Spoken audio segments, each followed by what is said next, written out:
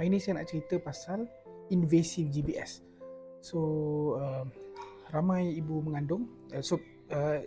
GBS yang saya akan cerita kali ini adalah pada pandangan seorang pakar kanak-kanak, bukan pada pandangan seorang pakar sakit puan. Okay, so GBS group B Streptococcus.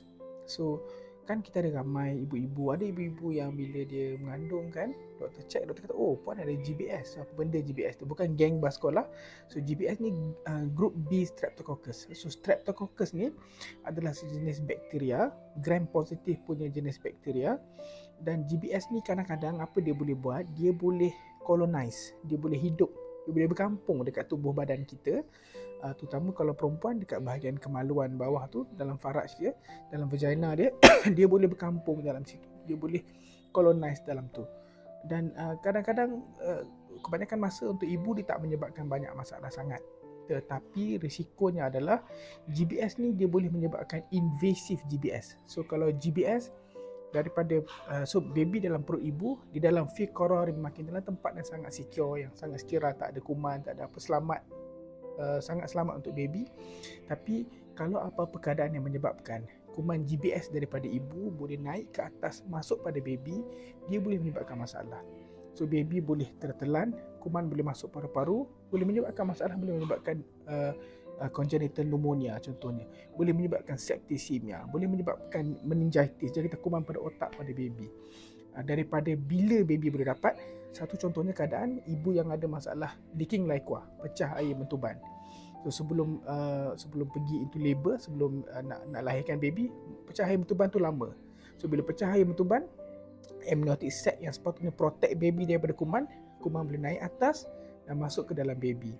Sebab itu kalau leaking liquor, kita tak selamat untuk biar lama sangat.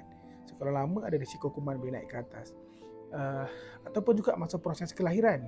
So semua-semua ni boleh menyebabkan baby boleh dapat jangkitan kuman daripada GBS, group B Streptococcus. Dan invasive GBS ni, invasive maknanya kuman tu masuk dalam paru-paru, masuk dalam otak, masuk dalam darah. So, dia boleh menyebabkan kadar kematian yang tinggi, malah 30% risiko kematian daripada invasive GBS ni. Sebab itu kalau ibu yang GBS positif, biasanya kita akan pantau sikit baby selepas lahir. Ada keadaan baby tu kena ambil darah, ada keadaan baby tu memang kena start antibiotik. Sebab untuk newborn baby baru lahir, sistem pertahanan badan dia tidak cukup kuat. Baby tak boleh lawan jangkitan kuman sendiri. Dia perlu bantuan, dan bantuan yang kita bagi dengan secara antibiotik.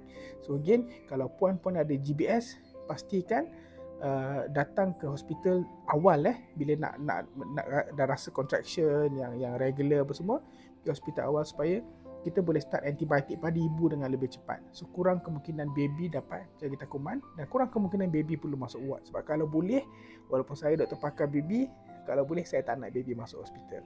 Saya nak baby-baby yang lahir di tempat saya, bersama dengan saya, semua sihat-sihat.